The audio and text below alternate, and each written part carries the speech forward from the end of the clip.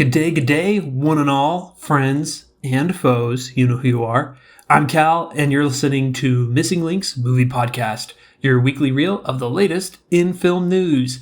This podcast is unedited, uncut, stream of consciousness, no holds barred. Just what I'm talking about is what I'm talking about. What I'm saying is what I'm saying. And we're going to spend a bit of time going over some top billed articles, new trailers and release dates, what's opening in theaters this week, as well as, in the past I've called it the grab bag section, where, it's not necessarily news, but I'm thinking I might change the name. Something more on brand, like the spin-off section, because we've got the top billed articles, very, very thematic. But I'm thinking I might change the grab bag section to something like spin-off or below the line or something like that. Some sort of play on filmmaking jargon. But yeah, we'll try a couple things out maybe. So whether you're a fan of North by Northwest, East of Eden, How the West Was Won, or Song of the South, for some reason, this is the podcast for you. The pod is currently on Spotify and YouTube on the channel Missing Link Movies. So without further ado, let's introduce our top billed stories this week, starting with the box office report for last weekend, February 2nd to the 4th. Number one, we had the premiere of Argylle. That's Matthew Vaughn's new action movie. It debuted at a gross of $17 million, which is quite disappointing for a movie of that budget and that level. So, despite it debuting at number one, that's not saying much because it was still a very disappointing debut. And we'll see how that plays out in the next few weeks. Number two was actually The Chosen Season 4, Episodes 1 through 3. That's actually really impressive. I didn't realize people were really lining up to go see that in theaters. Very cool, though. It only made $5.9 million. So it's not like it's breaking down doors. It was new last weekend as well. So first week debuted at number 2. But very interesting. Number 3, The Beekeeper, Jason Statham's movie. Number 4, Wonka. Number 5, Migration. Number 6, Mean Girls. Number 7, Anyone But You. Number 8, American Fiction. Awesome. Number 9, Poor Things. And number 10, Aquaman and the Lost Kingdom. I'm rather interested. The Boys in the Boat isn't in the... Oh, but it's been in theaters for a few weeks now. Okay. I thought Boys in the Boat was more recent. Because I would have thought to see that in the top 10. But American Fiction is very, very cool to see that in the top 10. I saw that this week, and it was very entertaining. I enjoyed it a lot.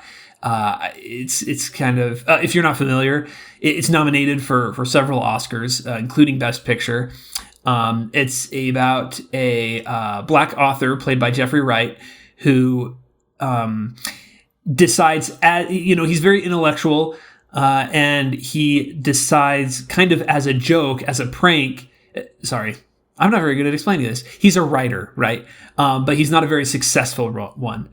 And so he notices that all the most proficient, all the most successful black writers,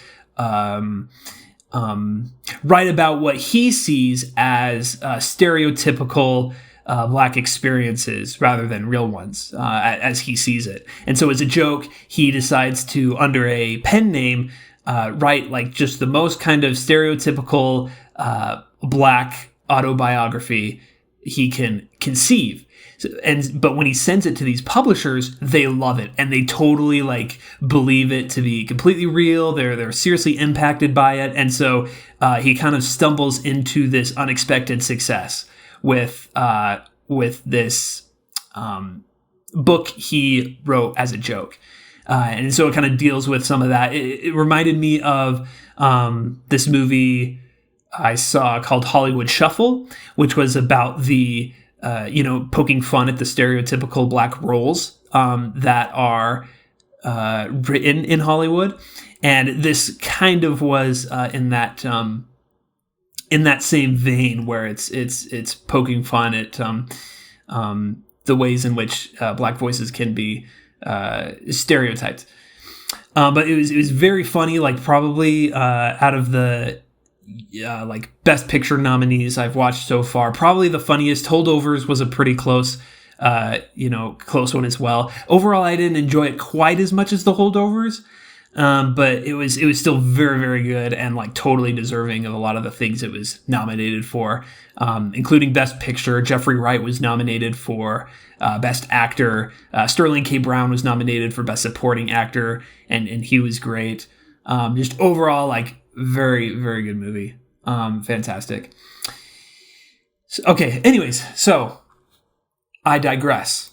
Moving on from the box office report, we've got from Variety's Katzy Steffen, new Jurassic World movie gets 2025 release date. David Leitch in talks to direct. Bullet Train director David Leitch is in talks to direct a new Jurassic World film for Universal. The currently untitled project is slated to release on July 2nd, 2025. David Coate, the original screenwriter of Jurassic Park and The Lost World Jurassic Park, will write the script for the film. Coates' other scripts in his 30-plus year screenwriting career include Mission Impossible, Spider-Man, Death Becomes Her, Panic Room, and War of the Worlds. Let's see. It's not yet clear if any previous stars, including Chris Pratt, Bryce Dallas Howard, Sam Neill, Laura Dern, or Jeff Goldblum, will return. David Leitch's directorial credits include John Wick, Atomic Blonde, Fast and Furious spinoff, Hobbs and Shaw, Deadpool 2, and this year's Emily Blunt and Ryan Gosling-led action comedy The Fall Guy, out May 3rd. So this is it's a cool pairing. Nice to kind of interesting to get the original screenwriter of Jurassic Park back, and David Leitch is a pretty competent director. John Wick was like really good. Deadpool 2 was solid as well. Hobbs and Shaw was okay. I'm not familiar with Atomic Blonde. I've heard of it, but never seen it. I don't know how well it was received. But in terms of co-ops, as well as writing Jurassic World, he wrote Mission Impossible and Spider-Man, which are both very solid movies. I haven't seen his other stuff, but the Jurassic World movies, as iffy as they have been in terms of reception, they have been very financially successful. And so it's no surprise that they're continuing with this. I wonder if they decide to go with a new cast, if they keep the Jurassic World name. I wonder if they might change it up, if it's kind of sort of a reboot of the franchise. But I'm not sure it is. It's very early. But I guess if you are into these movies, you have something to look forward to on July 2nd, 2025. I only saw the first Jurassic World, I believe. I did not see Fallen Kingdom or Dominion. They don't look all that great. The first Jurassic World was okay, but I just have not been interested enough in seeing the couple after that. Maybe one day I'll get around to it. But yeah, this is a pretty solid director and screenwriter combo, but I mean, that's not saying much. I mean, these Jurassic World movies and even the Jurassic Park sequels, despite having solid directors and screenwriters, were not necessarily able to live up to the original, or even kind of live up on their own, stand on their own as solid movies. Moving on, we've got a few Disney kind of announcements. So one of the things I'm going to talk about in the grab bag, or I don't know, spin-off section, is a few Disney updates that they had on their earnings call. But in particular, again, from Variety's Katzy Steffen, Moana 2 set at Disney with surprise 2024 release date. This was announced, it was technically announced on CNBC, an interview with Bob Iger right before the earnings call that they had. but I digress. The article says, Disney announced a sequel to Moana, which will be released theatrically on November 27th. The company's CEO, Bob Iger, revealed the news on CNBC ahead of Disney's first quarter of fiscal 2024 earnings report. The second Moana was originally developed as a TV series, but became a feature film because Iger was impressed with the footage. Moana remains an incredibly popular franchise, Iger said in a statement. We can't wait to give you more of Moana and Maui when Moana 2 comes to theaters this November. According to Disney, Moana 2 will take audiences on an expansive new voyage with Moana, Maui, and a brand new crew of unlikely seafarers. After receiving an unexpected call from her wayfinding ancestors, Moana must journey to the far seas of Oceania. I've actually never pronounced that out loud. Oceania? Oceania? It's like, I'm not sure how to actually pronounce that. And into dangerous, long-lost waters for an adventure unlike anything she's ever faced. Dave Derrick Jr. is directing the sequel with the music from the duo of Abigail Barlow and Emily Baer, as well as Opataya Foai and Mark Mancina, who worked on the first film. Lin-Manuel Miranda, who wrote How Far I'll Go and You're Welcome, is not expected to return with new songs for the follow-up. Moana became a success for Disney, generating more than $680 million at the box office. The animated musical found renewed life on Disney Plus with 1 billion hours streamed last year. Iger's decision to put Moana 2 in theaters follows Disney's rough 2023 at the box office. Disney Animation's Wish joined a long line of misfires, including The Marvels, Haunted Mansion, Indiana Jones and the Dial of Destiny. Pixar's Elemental struggled to start, but ultimately rebounded with $496 million globally. Moana 2 is separate from the studio's live-action remake, which is currently in the works with Dwayne Johnson back as the tattooed demigod Maui. Auli'i Cravalho, who voiced Moana in the 2016 film, is expected to reprise her role in the animated sequel, but she will not return as the titular character in the live-action version, though she will serve as an executive producer. So, very interesting. I think Disney feels very backed into a corner right now with the franchises and moves that they can make in terms of theatrical releases. I'm curious what they had planned previously, because it's kind of tradition now for Disney to release an animated feature in November.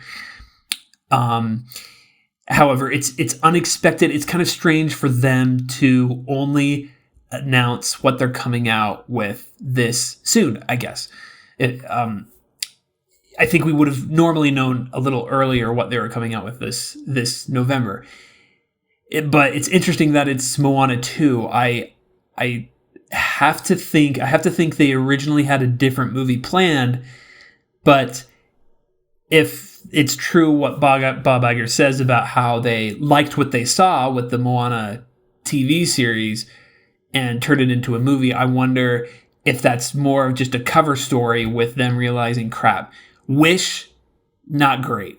Strange Worlds, which was the animated feature the year before, also not great. We need a guaranteed hit. We need something we know is going to hit.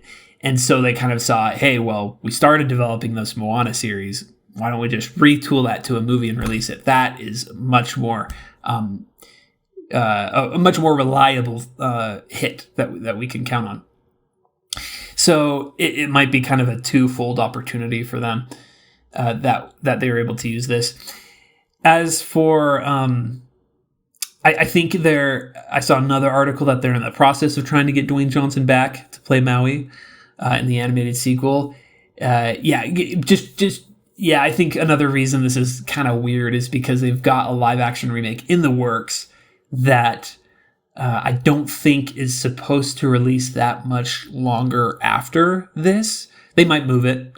But that'll be interesting to see how they balance the marketing of those two, or if they space them out far enough for that to even be relevant.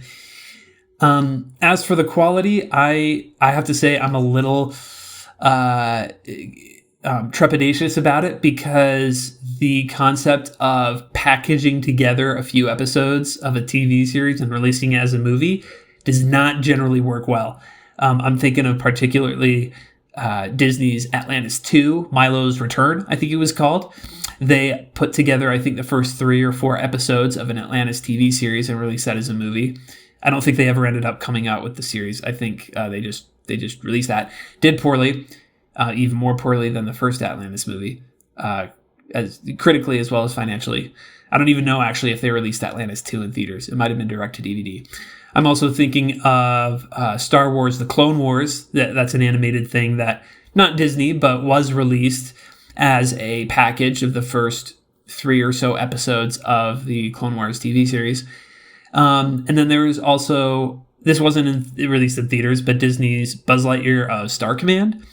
That was an animated series that I remember liking as a kid. But yeah, they I think released the first 3 or 4 episodes. Anyways, so generally this kind of project, going about a project in this way does not generally work well for a movie. Just because there's different editing styles, different considerations for making a TV series than a movie. So we'll see. It might be early enough in the process that they're able to weave together the episodes more fluently, have a more movie-like pacing structure in terms of rising action, climax, because you don't want it to be like a TV series where it's just like constantly up and down of, rising action, climax, falling action, conclusion, like 6 times over the course of one movie. But yeah, so I'm interested to see how they'll handle that. Again, it might be early enough in the process that they are able to turn it into a genuine feature-length picture, rather than it feeling like a bunch of episodes put together. But that's what I'm expecting it to be. That's what I imagine it'll feel like. It's just a bunch of episodes strung together. But we'll see. We'll see. So along with that, Disney announced obviously a few other things that they are really going to want to bank on. Those being Frozen 3, Toy Story 5, and Zootopia 2. Those weren't given specific dates, although I imagine Zootopia 2 and Frozen 3 will be their November movies for the next couple of years after Moana. And Toy Story 5, who's to say? I imagine it would probably be a summer release. So Zootopia 2 is currently slated for 2025. Again, I think that is most likely their November release. Frozen 3 in 2026. And so I think, and Toy Story 5. Frozen 3 and Toy Story 5 coming in 2026. Details are a lot more sparse on these compared to the Moana movie. Zootopia 2, for a second, when I first heard this announced, I thought for a second, I wonder if they're doing the same thing with Zootopia that they did with Moana in terms of retooling a series into just a full-length feature. Because they have a Zootopia, but I was mistaken because whereas the Moana Disney Plus series hasn't released, just behind the scenes they took it, the Zootopia Disney Plus series already came out. And I forgot that. I thought it was still in the works, and so I thought, maybe they're doing the same thing with that. But no, the Zootopia, I think it's called Zootopia Plus, is already out, so that's not the case here. But regardless, I'm out of these, 4 projects, Moana, Frozen 3, Toy Story 5, Zootopia 2, I'm most looking forward to Zootopia 2 personally, because I love the first Zootopia. I think it's probably... I think it was, how do I word this?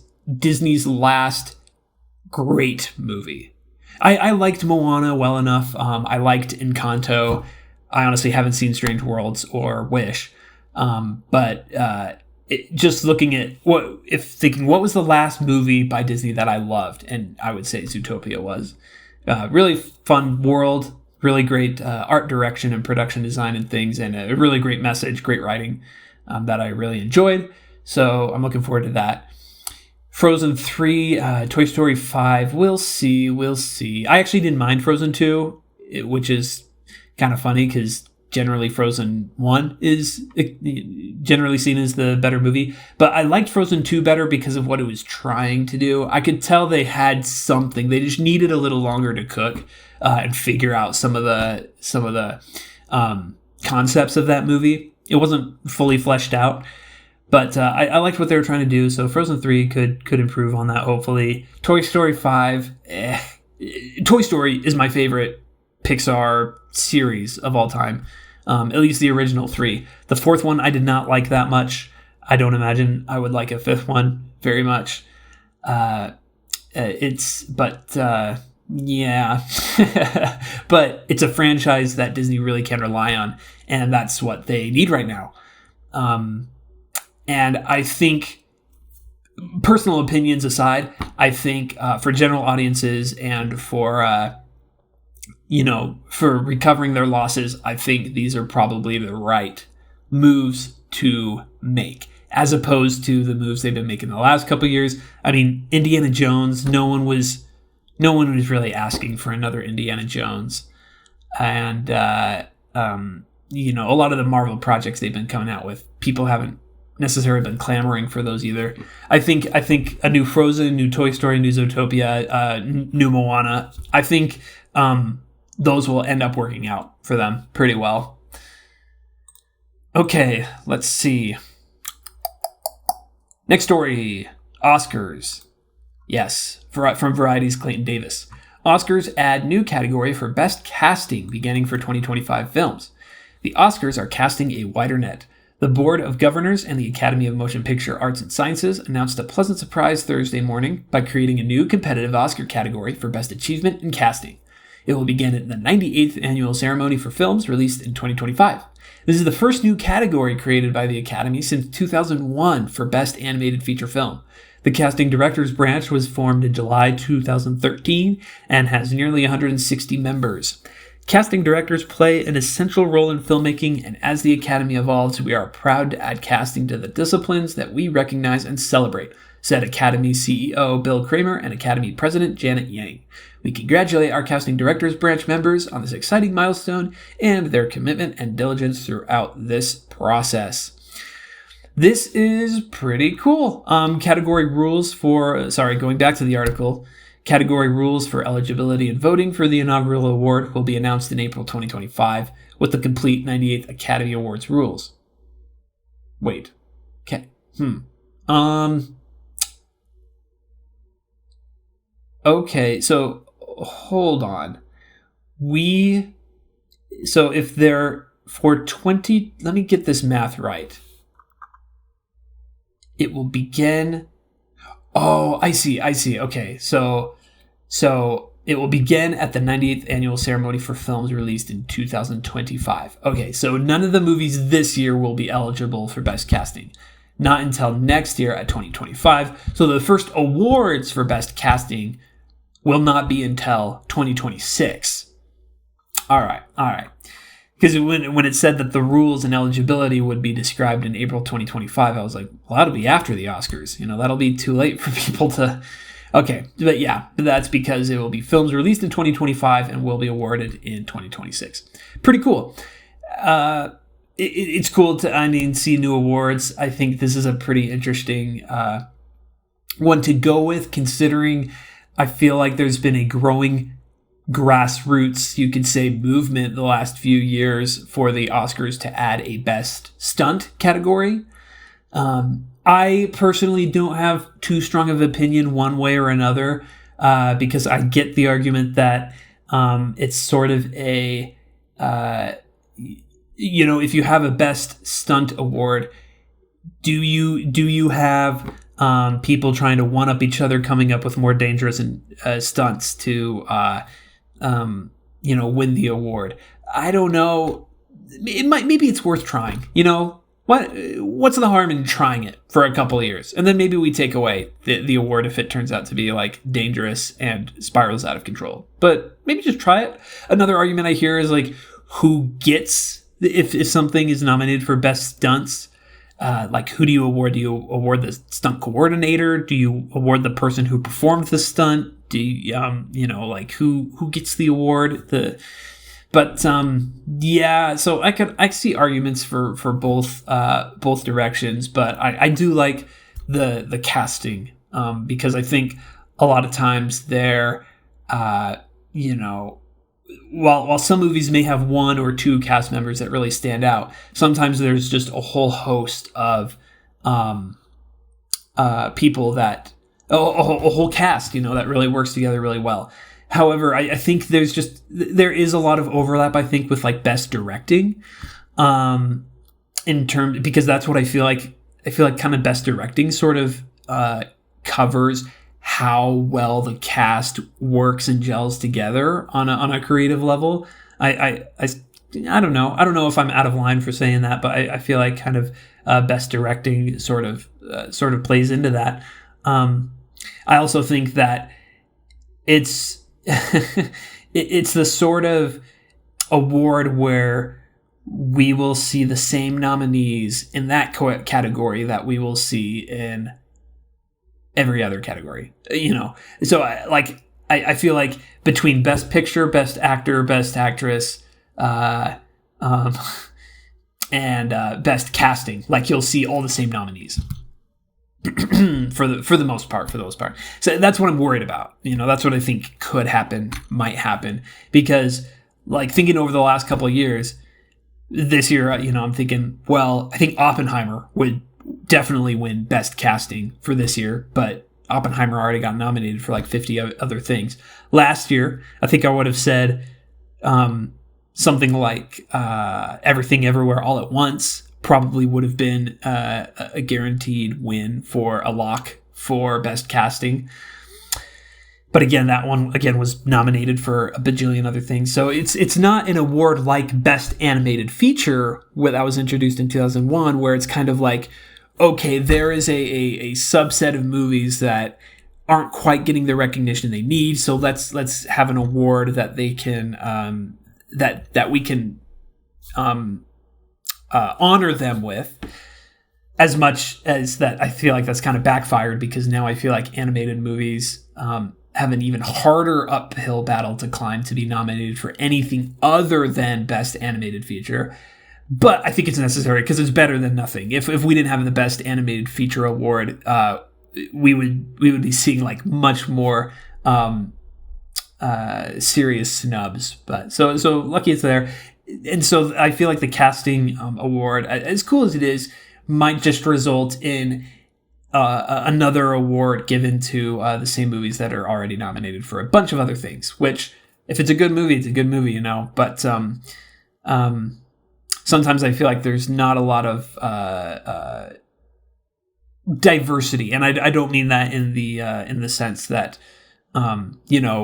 diversity of gender or race or cultural background or whatever, but just in the sense that there's like 4 or 5 movies that the Academy voters see, and they just decide to like nominate those 5 or 6 movies for as many awards as they possibly can justify. But that's a personal opinion, but that'll be just interesting to see. I think that's pretty newsworthy to have a new category for the first time in 20 plus years. All right, and then so our last top build story, Coyote versus Acme is dead again. That's my own headline. This comes from a report from The Wrap. Their article, The Wrap's Drew Taylor. The headline is "The Final Days of Coyote versus Acme: Offers, Rejections, and a Roadrunner Race Against Time Exclusive." So I have talked about this in the past. What happened was there was a live-action animated hybrid movie featuring Looney Tunes' Coyote, Wile E. Coyote, and also starred like Will Forte and like John Cena. This movie a few months ago was canceled. It was practically complete, but Warner Brothers just decided to shut it down, delete it, put it in the vault, and never let it see the light of day. But there was a lot of audience pushback on that.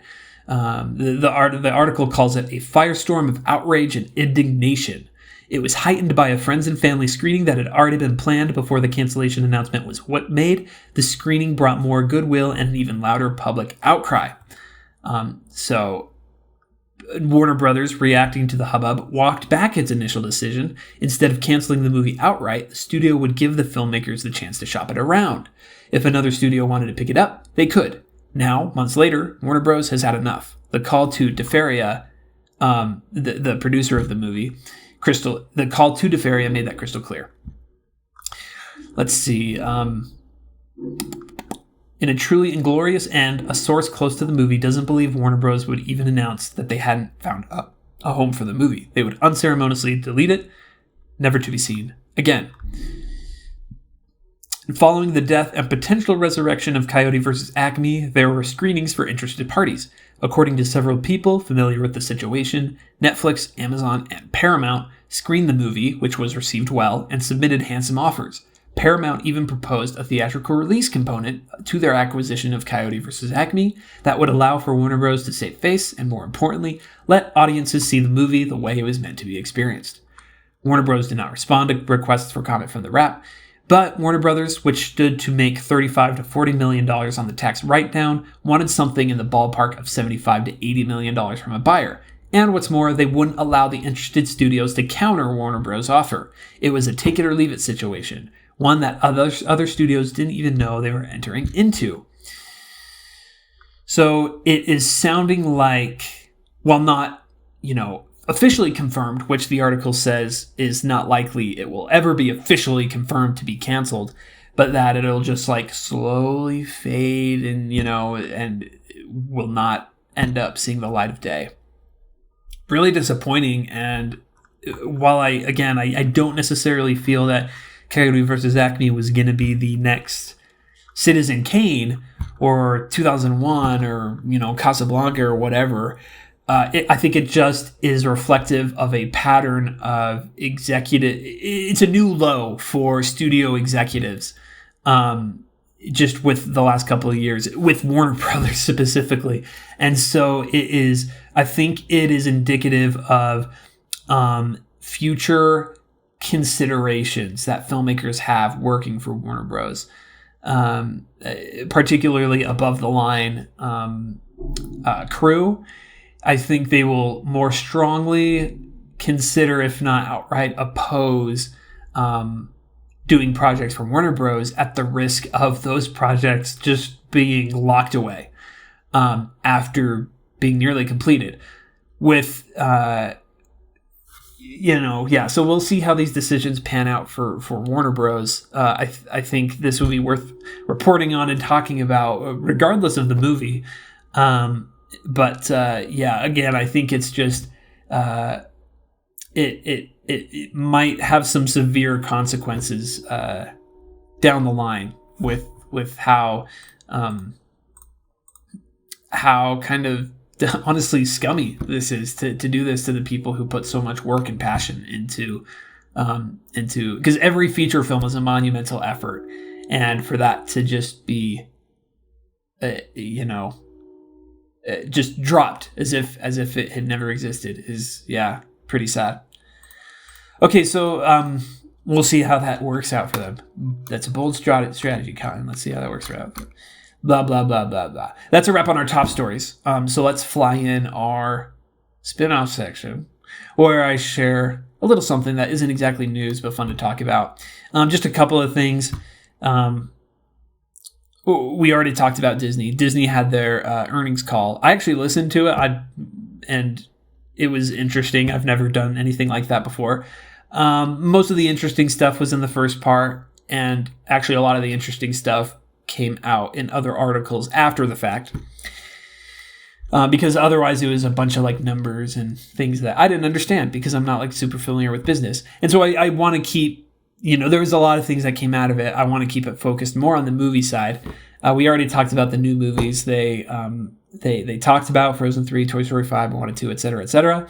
They announced that Taylor Swift's Eras Tour was going to be exclusive to Disney+. Some articles are saying they paid somewhere in the ballpark of $75 million for that exclusivity. It'll also be an extended version that they're calling Taylor's version, very on brand for Taylor Swift, that will feature 5 extra songs. Bob Iger also reiterated scaling back their Marvel projects with how those have been performing lately. They're going to be dialing it down, how their release frequency and cadence to pre-Endgame levels, I would say, which on the one hand is great. That will be giving audiences more time to breathe, more time to get invested if they focus on a core cast of characters. But I think it also means that some of the narrative threads that are set up in some of the other movies, we may never see a continuation of. I'm thinking of like some of the narrative threads left in Eternals or Shang-Chi, or some of their Disney Plus things like Moon Knight, maybe even the Marvels. We might not for a long time, if ever, see where those things go. Because they might choose their core. Black Panther, maybe Doctor Strange, X-Men, Fantastic Four. They might just like really hone in on those and focus on that rather than having these all these different side characters getting their own movies and projects. I don't know. We'll see. So tangentially about movies, I guess they did take a drop to their subscriber base they had a huge price hike a few months ago. Personally, I unsubscribed. I plan on resubscribing so that I can catch up on Percy Jackson. But they did lose somewhere around 1 million Disney Plus subs. So, which is a lot of people, but they went from like 112 million subscribers to 111 million. So, like, very small hit. I'm sure they more than made up for the loss with the significant price hike that they put out. Other than that, yeah, no, really, I feel like their announcements, the things that they talked about in this earnings call were more directly Disney focused. They didn't really talk about projects that, are under their 20th Century division. They talked about ESPN a bit. They didn't talk about anything Lucasfilm or anything like that. So, it was mostly focused, besides ESPN, their core like Disney stuff. They did mention as well their Hulu and Disney library merging is going well, and they might look into that. They also talked about cracking down on password sharing for Disney Plus and Hulu, but that not necessarily relevant today with how long we've already been going. Another just kind of fun thing. This is an exclusive from People Magazine, from Gabriel Roxon and Scott Hoover. James Cameron reveals he already has plans for Avatar 6 and 7. He says, this is directly quoting him, let's see, "We're fully written through movie 5, and I've got ideas for 6 and 7, although I'll probably be handing the baton on at that point. I mean, mortality catches up, but I mean, we're enjoying what we're doing, we're loving it, we get to work with great people." Avatar's third movie is expected to hit theaters in 2025, with Avatar 4 following in 2029 and Avatar 5 in 2031. Wow. Cameron continued, "People are always asking us, so why did you just keep working on the same? Why did Lucas keep working on the same thing? Why did Roddenberry keep working on the same thing? Because when you connect with people, why would you squander that? Why would you start over with something else that might not connect?" Let's see. Yeah, I would say Avatar 2, Way of Water, made me an Avatar head. Made me a big Avatar fan. So I'll take as many of these as he wants to make. I really do. I totally turned a corner on Avatar. And I am really hoping that he gets to release these ones that, these future projects, and we don't have to wait 20 years for the next one. But it sounds like if they've got... I can't believe they've already written up through 5. That's insane. That's really interesting. And if they end up handing the reins to a different director for 6 and 7, I don't know. I think that, kind of fun to theorize what directors might take that on. It's kind of a daunting project. and James Cameron is a very like one of the best. Now that it's under Disney, I'm afraid that Disney would just give it to, one of their tried and true directors, maybe someone like J.J. Abrams, who I like J.J. Abrams. I kind of vouch for him. I'm most of the time I'm in his corner, but I feel like his Star Wars movies, we're not great. But I think with his history of Star Wars and Star Trek, they might just kind of hand it off to him because he's the space guy, the sci-fi guy. Just give it to him. But I think there might be more interesting things because James Cameron isn't. James Cameron made Terminator, I guess. But he's also with Titanic. He's also a very a very intentional director with the way that he weaves in human connection and those kinds of themes in his movies. And so I think you need a director who can kind of balance both the epic scale, space narrative, as well as the personal, personal family dynamic that he has that tied people together. But moving on, let's see. New trailers and release dates. We talked about Jurassic World. We talked about Moana 2.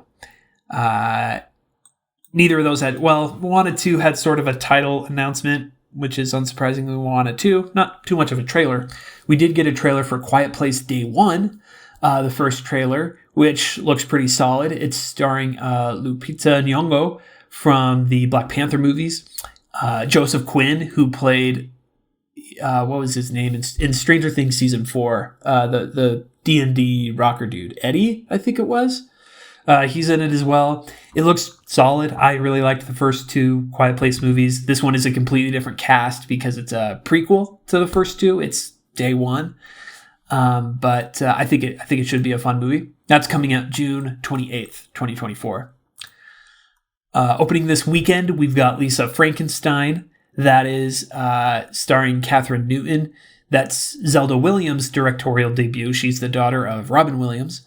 It's a comedy, horror, romance type film. Looks kind of fun.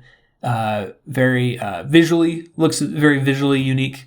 Very neon type thing. We've got Out of Darkness, a horror thriller. It's dated 2022, so it might be a re-release or a more wide release. We've got The Taste of Things, a drama history. Turning Red. We've got Pixar's Turning Red appearing in theaters, as we've known. The Private Eye. Comedy, mystery, romance. It's got, a few people. I don't actually recognize these names. The Monk and the Gun, a comedy drama. Popular Theory, a adventure comedy. And Peppa's Cinema Party. That's Peppa the Pig. It's got Orlando Bloom. What in the world? Orlando Bloom voices Mr. Raccoon. And Katy Perry voicing Miss Leopard? What the heck? Okay. Righto. Alright, well, if you're interested in what Orlando Bloom's been doing recently, it's been Peppa the Pig, apparently. Okay, I think that is everything for this week. As we close out, remember to come back next week. Tell your friends, family, enemies, pets, imaginary friends, your idols, your subjects who love movies about the podcast. Thanks for listening, and we'll now return you to your regularly scheduled life. Bye-bye.